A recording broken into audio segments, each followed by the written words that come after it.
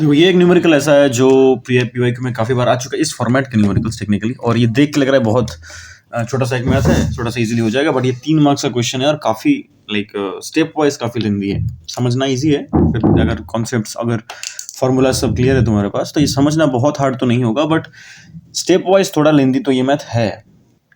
देखो इसमें तो पहले हम लोग क्या करेंगे कि हमें जो नीचे एक देखो यहाँ पर साइन एक्स एक एंगल है और साइन 2x है, यहाँ पर ट्वाइस द प्रीवियस एंगल है वो। तो ऊपर हम लोग एक काम करते हैं, 1 को 1 रहने देते हैं, नीचे साइन एक्स को भी साइन एक्स रहने देते हैं, लेकिन हमारे पास साइन 2x एक फॉर्मूला है 2 साइन एक्स कॉस एक्स, इसमें इसको चेंज कर देते, तोड़ देते। क्यों? ताकि हम लोग दोनों से देखो साइन एक्स कॉमन ले पाएंगे dx। तो अगर हम लोग कॉमन ले लिए this will look something like this कि साइन एक्स कॉमन लेके अंदर रहेगा 1 + 2 cos x। यहाँ तक ठीक है। इसके बाद हम लोगों को थोड़ा सा नया स्टेप इसके अंदर समझना पड़ेगा आगे का मैथ करने के लिए। हम लोगों ने सब्स्टिट्यूशन में देखा था कि कोई एक फंक्शन में वो फंक्शन और उसका डेरिवेटिव दोनों अगर प्रेजेंट रहा तो हम लोग फंक्शन को t से या कोई चीज से सब्स्टिट्यूट कर देते हैं, राइट। यहाँ पर क्या करना है हमको, यहाँ पर सब्स्टिट्यूशन तो होगा, लेकिन एक बात समझना बहुत जरूरी है कि हम लोग जब सब्स्टिट्यूशन का आइडिया कर रहे थे कि क्वेश्चन के अंदर f(x) और उसका डेरिवेटिव दोनों प्रेजेंट है, तो हम लोग f(x) को लाइक t पकड़ लेते थे या ये कुछ एक पकड़ लेते थे और उसका डेरिवेटिव को इसमें डिस्प्लेस कर देते थे, ये कर देते थे, हाँ डिस्प्लेस कर देते थे या सब्स्टिट्यूट कर देते थे। लेकिन प्रॉब्लम ये है कि तुम्हें हमेशा ये डेरिवेटिव वाला पार्ट को न्यूमरेटर में ही रखना है, तुम इसको नीचे नहीं रख सकते। समझो ध्यान से क्या बोल रहे हैं। तो तुम जिस पार्ट को t पकड़ रहे हो वो नीचे बैठ सकता है, मतलब f(x) नीचे रह सकता है, लेकिन f'(x) हमेशा ऊपर ही रहेगा, क्योंकि उसके साथ dx को भी हमें डिस्प्लेस करना पड़ेगा, सब्स्टिट्यूट करना पड़ेगा। तो f'(x) को हम लोग नीचे रखना अफोर्ड नहीं कर सकते। फॉर एग्जाम्पल अगर यहाँ पर हम लोग देखिए, देखो ये ब्रैकेट के अंदर को तो तुम dx नहीं लिख सकते, ब्रैकेट के बाहर को dx कर सकते हो। तो ब्रैकेट के अंदर वाले पार्ट को अगर मैं t पकड़ूं, सपोज मैं बोल रहा हूँ cos को ही तुम t पकड़ रहे हो, क्योंकि इसमें एक बाइनोमियल है, प्लस देके उसको पकड़ना बेटर होगा। तो यहाँ पर अगर एक ये पकड़ लूँ मैं cos x को t पकड़ लूँ तो मेरा डेरिवेटिव क्या आएगा, माइनस साइन एक्स dx। लेकिन देखो ऊपर साइन x है ही नहीं, जो डेरिवेटिव है वो ऊपर है ही नहीं। तो इस प्रॉब्लम को सॉल्व करने के लिए हम लोग यहाँ पर क्या करेंगे, क्योंकि हम लोग cos वाले पार्ट को t पकड़ रहे हैं, तो एक काम करते हैं ऊपर नीचे दोनों जगह पर साइन x से मल्टीप्लाई कर देते हैं। तो ऊपर आ जाएगा साइन एक्स dx और नीचे इसके साथ भी मल्टीप्लाई कर रहे हैं, मतलब हो जाएगा sign square x 1 + 2 cos x। समझे क्या हुआ यहाँ पर? ये वाला पार्ट समझना काफी जरूरी है कि हम लोग जब सब्स्टिट्यूशन कर रहे हैं डेरिवेटिव वाला पार्ट हमेशा ऊपर न्यूमरेटर में रहना जरूरी है, वरना तुम सब्स्टिट्यूट नहीं कर पाओगे। ये हो गया एक इंपॉर्टेंट कॉन्वर्सेशन। इसके बाद सपोज मैं cos x को t या u कुछ एक पकड़ लेता हूँ कि let cos x equals to u, तो therefore minus sine x dx equals to du। तो हम लोग ऊपर का जो देखो ये वाला पार्ट है इसको हम लोग अच्छा माइनस उधर चला गया, तो मतलब सिर्फ sign x dx will be minus du हो जाएगा। तो अगर हम लोग इस मैथ को भी चेंज करके लिखे, this will be minus of du by, अभी सवाल है कैसे साइन स्क्वायर को कैसे चेंज करें। हमारे पास अगर cos x u है तो साइन स्क्वायर x का वैल्यू क्या होता है, 1 minus cos square x that is equals to 1 minus u square. तो यहाँ पर कैसे चेंज हो रहा है, यहाँ पर आ जाएगा 1 माइनस u स्क्वायर बाई, यहाँ पर आ जाएगा 1 + 2u। पूरा सब्स्टिट्यूशन हो गया इसमें। अभी देखो यहाँ पर हम लोग क्या करेंगे, ये माइनस को तुम बाहर निकाल दे सकते हो, मतलब अगर इसको इधर से लिखें एक बार कि माइनस इंटीग्रेशन के बाहर ऊपर du, और हम लोगों ने पार्शियल फ्रैक्शन जब सीखा था उसका वीडियो डिस्क्रिप्शन में तुमको मिल जाएगा। उसमें हम लोग देखो तो नीचे फैक्टर्स को जितना ज्यादा हो सके तोड़ रहे थे। तो देखो इस फैक्टर को 1 + 2u फैक्टर को तोड़ना तो पॉसिबल नहीं है, हम लोग 1 माइनस u स्क्वायर को तोड़ सकते हैं, क्योंकि ये a square minus b square का फॉर्म बन रहा है।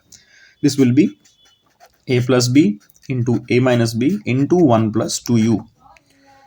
तो इसके अंदर क्या होगा, अभी हम लोग जब देखो 3 फैक्टर मिल गया तो हम लोग क्या करते थे, इसको पार्शियल फ्रैक्शन में सॉल्व करते थे। पार्शियल फ्रैक्शन में इसको कैसे सॉल्व करना है हम लोग उस चीज को तो इस वीडियो में पूरी डिटेल में डिस्क्रिप्शन में डिस्क्राइब नहीं करेंगे।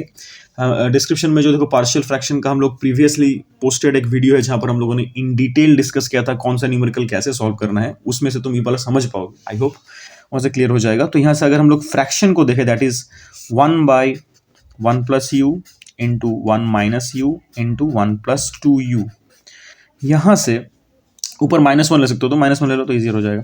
इसको हम लोग को थोड़ा कैसे था कि a बाई एक फ्रैक्शन, मतलब एक पार्ट एक factor of the denominator, plus b by the second factor, c by third factor.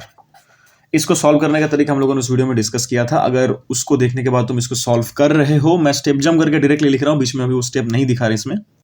तो हमारे पास a b c का वैल्यू कुछ ऐसा आएगा, a will be 1/2, b will be -1/6 and C will be -4/3। जब तुम तीनों को चेंज कर लोगे, ये लाइक वैल्यूज निकाल लोगे एबीसी का, तो ये फ्रैक्शन देखने में कुछ ऐसा लगने वाला है। अभी ए बी सी मतलब देखो, अभी आइडिया क्या था कि इस पार्ट का इंटीग्रेट करना, मतलब अभी इंडिविजुअली इनको इंटीग्रेट करना, क्योंकि हम लोगों ने इसी को लाइक इस फ्रैक्शन को ना तब ना ऐसे तोड़ा हम लोग, है ना। सो हम लोग डायरेक्टली अगर इस इंटीग्रेशन वाले पार्ट में आए कि इसके बाद नेक्स्ट स्टेप क्या होगा, तो हमारा जो क्वेश्चन ऐसा था वो देखने में जो ऐसा था, उसको हम लोगों ने अभी एबीसी के फॉर्म में अगर तोड़ दिया तो क्या आएगा, ए का वैल्यू 1/2 माने ऐसा कुछ होगा, ए का वैल्यू 1/2 और उसका फ्रैक्शन जो हम लोगों ने ए के नीचे फ्रैक्शन पकड़ा था, जो फैक्टर पकड़ा था, बी का वैल्यू -1/6 और फैक्टर, सी का वैल्यू -4/3 और फैक्टर। बस इस लेवल पे आने के बाद हम लोग इनको इंडिविजुअली इंटीग्रेट कर सकते हैं, मतलब इसको अलग अलग कर देते हैं कि इंटीग्रेशन ऑफ 1/2 नीचे 1 + u du, ऊपर du लिख देते डायरेक्टली। अच्छा देखो, यहाँ पर हम लोगों ने ऑलरेडी माइनस को कंसिडर कर लिया था फ्रैक्शन के अंदर, क्योंकि हम लोगों ने -1 से ही लिया था बोल के, यहाँ पर सेकंड लाइन में माइनस दिए नहीं हम लोग। तुम अगर माइनस के बिना करते तो इनका देखना साइन ऑपोजिट आता, तुमको बाहर माइनस देना पड़ता, वो नोटिस करना। माइनस यहाँ पर क्या होगा, du इंटीग्रेशन बाई 6 है यहाँ पर, 6 × 1 - u minus integration 4 du by 3 × 1 + 2u। हम लोगों ने इंडिविजुअली इंटीग्रेट का फॉर्मेट में लिख लिया। इसके बाद देखो ये 1/2 जो है वो इंटीग्रेशन के बाहर आ जाएगा, और du बाई मोनोमियल है तो डायरेक्टली वो लॉग हो जाता है, लॉग 1 + u। माइनस यहाँ पर 1/6 बाहर आ जाएगा, same goes for this too, log 1 - u, minus 4/3 बाहर आ जाएगा, लॉग 1 + 2u।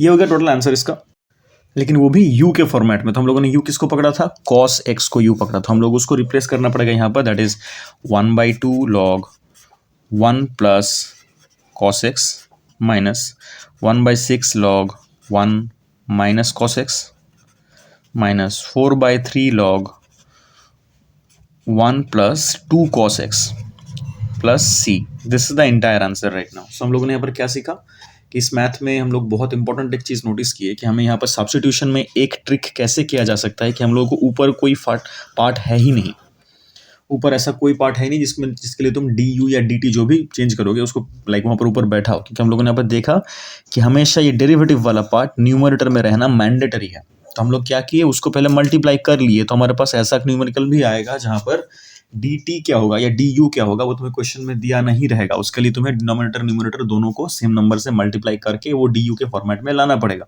इस मैथ का इंपॉर्टेंट पार्ट ये था। उसके बाद हम लोगों ने इसको चेंज किया, जो फ्रैक्शन आया पार्शियल फ्रैक्शन के इंटीग्रेशन के कॉन्सेप्ट से।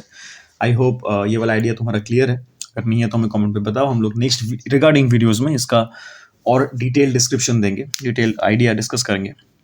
ये वीडियो यहीं तक। जय श्री राम मित्रों, हर हर महादेव।